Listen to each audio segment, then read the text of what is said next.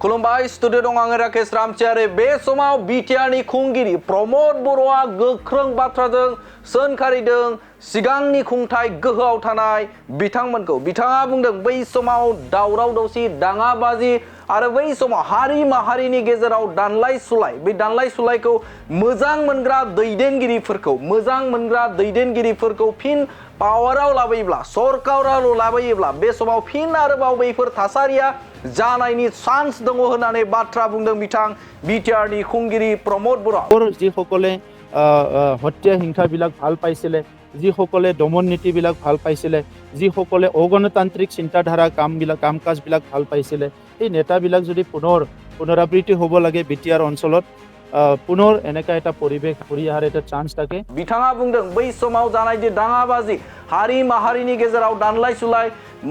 बेजों सोंखारिलायनाय गोबां बेफोरबायदि दाङाबाजि दानलाय सुलाय जानाय बैफोर जाथायफोरखौ जाय सोरखारा मोजां मोनोमोन बे मोजां मोननाय बिथांमोनखौ फिन आरोबाव पावाराव लाबोब्ला बिथांमोननो जुदि फिन भट होयोब्ला बे समाव आरोबाव जानायनि चान्स दङ होननानै बुंदों बिटिआरनि खुंगिरि प्रमद बर'आ बिथाङा गोख्रों बाथ्राजों सोंखारिनायखौ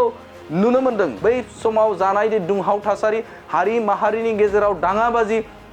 दानलाय सुलाय बै जाथायखौ मोजां मोनग्रा दैदेनगिरिफोरखौ फिन जुदि पावाराव लाबोबा सरकाराव जुदि लाबोयोब्ला फिन आरोबाव जाफिननायनि चान्सआ दङ होननानै बाथ्रा बुंदों बिथां बिटिआरनि खुंगिरि प्रमद बर'आ आरो बे समाव क'क्राझार लकसभायाव रावबो बिजाथि गैया जायजों जुजिलायनांगौ बा बिना कन्टेस्टआव देरहागोन होननानै बाथ्रा बुंदों बिथां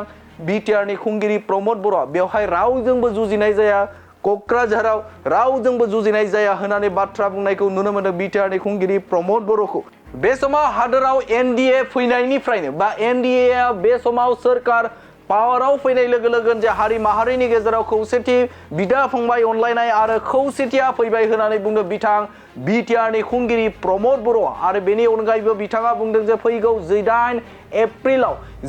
एप्रिलाव बिजेपि राजखान्थि हान्जानि आफादगिरि बिथां जेपि नाड्डा आरो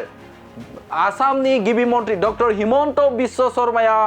क'क्राझाराव फैगोन आरो बै सानखालिनो जयन्त बसुमतारी थामहिनबा एनडिएनि बिसाथि बिथां जयन्त बसुमतारीनि जे नमिनेसनखौ बैखालि गथायगोन होननानै बाथ्रा बुंदों बिथां बिटिआरनि खुंगिरि प्रमद बर'आ नंगौ बे समाव बिथां बिटिआरनि खुंगिरि प्रमद बर'आ बुंथिदों जे फैगौ 18 एप्रिलाव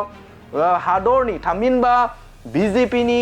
आफादगिरि बिथां जेपि नाड्डा आरो आसामनि गिबि मन्त्रि डक्टर हिमन्त बिश्व शर्मानि नुजाथिनायाव फैगौ 18 एप्रिलाव एनडिएनि बिजाथि जयन्त बसुमतारीनि जे नमिनेसन बे नमिनेसनखौ फाइल खालामगोन होननानै बाथ्रा बुंदों बिथां बिटिआरनि खुंगिरि प्रमद बर'आ दानिया फैदो बिथाङा आरोबाव मा बाथ्रा बुंबावदों नोंथांमोननि गेजेराव बड'लेण्ड बुब्लिया होनि गोजोन्थों আমাৰ জেপি নাড্ডা ডাঙৰীয়া আৰু লগতে আমাৰ অসমৰ মুখ্যমন্ত্ৰী ডক্টৰ হিমন্ত বিশ্ব শৰ্মা ডাঙৰীয়া কোকৰাঝাৰলৈ আহি আছে আৰু সেইদিনা আমাৰ কোকৰাঝাৰ লোকসভা সমষ্টিৰ প্ৰাৰ্থী জয়ন্ত বসুমতাৰী ডাঙৰীয়াৰ নমিনেশ্যন হ'ব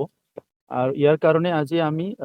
ইউপিপিএল বিজেপি আৰু এজিপি একেলগে আলোচনা কৰিছোঁ আৰু আমাৰ টাৰ্গেট হৈছে 60 to 70,000 গেডাৰিং ইয়াৰ কাৰণে আমি প্ৰিপাৰেশ্যনটো কৰিছোঁ আৰু খুব এটা ভাল পৰিৱেশ আমি আমাৰ তিনিটা দলৰে নেতা কৰ্মী যিসকলে কাম কৰি আছে সকলোৰ পৰা ফিডবেক লৈছোঁ খুব ভাল এটা পৰিৱেশ এইবাৰ কোকৰাঝাৰ লোকসভা সমষ্টিত কোনো প্ৰতিদ্বন্দ্বী নাই এনডিএৰ প্ৰাৰ্থী জয়ন্ত বসুমতাৰী ডাঙৰীয়া বিপুল ভোটত জয় হ'বলৈ গৈ আছে আৰু সেইকাৰণে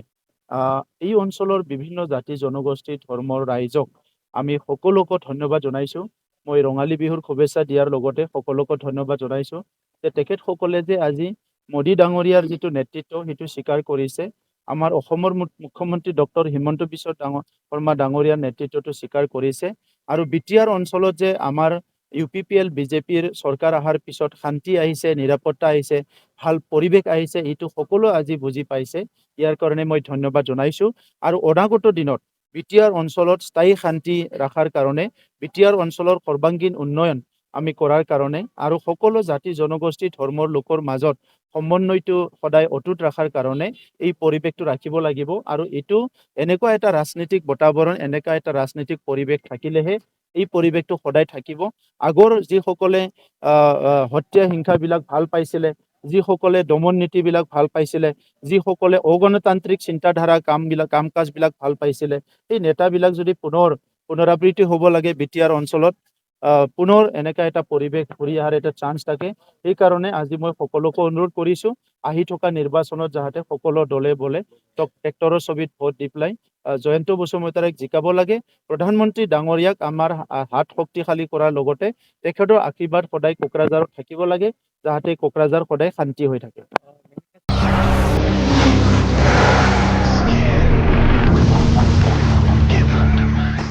गोजोनथाव खौरां सेरफांगुरि बाजाज श'रुमा बाजाज बाइक सालायनानै मोजां मोनग्रा रायजो राजाफोरनि थाखाय गोजोनथाव खौरां लानानै फैदों। सेरफांगुरि बाजाज श'रुमा ईद एन्ड बिहु दामाका अफार होगासिनो दं। क'क्राझार जिल्ला सेरफांगुरियाव थानाय फुंखा इन्टारप्राइज बाजाज श'रुमा 22 मार्चनिफ्राय 30 एप्रिलसिम ईद एन्ड बिहु दामाका अफार आरो एक्सेन्सनि खाबुफोर होगासिनो दं। नोंथांमोना सेरफांगुरियाव थानाय फुंखा इन्टारप्राइज बाजाज श'रुमाव खुंफुंजानाय ईद एन्ड बिहु दामाका अफार एक्सेन्सआव फैनानै नोंथांनि लुबैनाय बाजाजनि बाइकखौ लांफैनो हागोन। बाजाजनि बाइक सालायनो मोजां मोनग्रा रायजो राजाफोरनि थाखाय फुंखा इन्टारप्राइज बाजाज श'रुमा लोगोसे मोजां अफारबो लानानै फैदों। बेफोरनो जाबाय helmet free, 5 litre petrol free, case होनानै बाइक बायगिरिफोरनो 1000 रां केसबेक हरफिननाय जागोन। आरोबाव लोगोसे मोनसे गोजोनथाव खौरां, 500 रां होग्रोनानै गोसोबादि बाइकखौ आवग्रिना दोननो हागोन आरो गासै गारिजों लोगोसे मोनफा एसर गिफ्ट हरनाय जागोन। फुंखा इन्टारप्राइज बाजाज श'रुमा 7999 रां बेसेनावनो डाउन पेमेन्ट होनानै बाइक लानो हागोन आरो जायखिजाया बाइकखौनो एक्सचेन्ज खालामनायनि खाबु लानानै फैदों। आबुङै मिथिनो थाखाय 6003817191 7002240725 आरो 9101547892 बे जानबुं नाम्बाराव खौरां लाहरनो हागोन।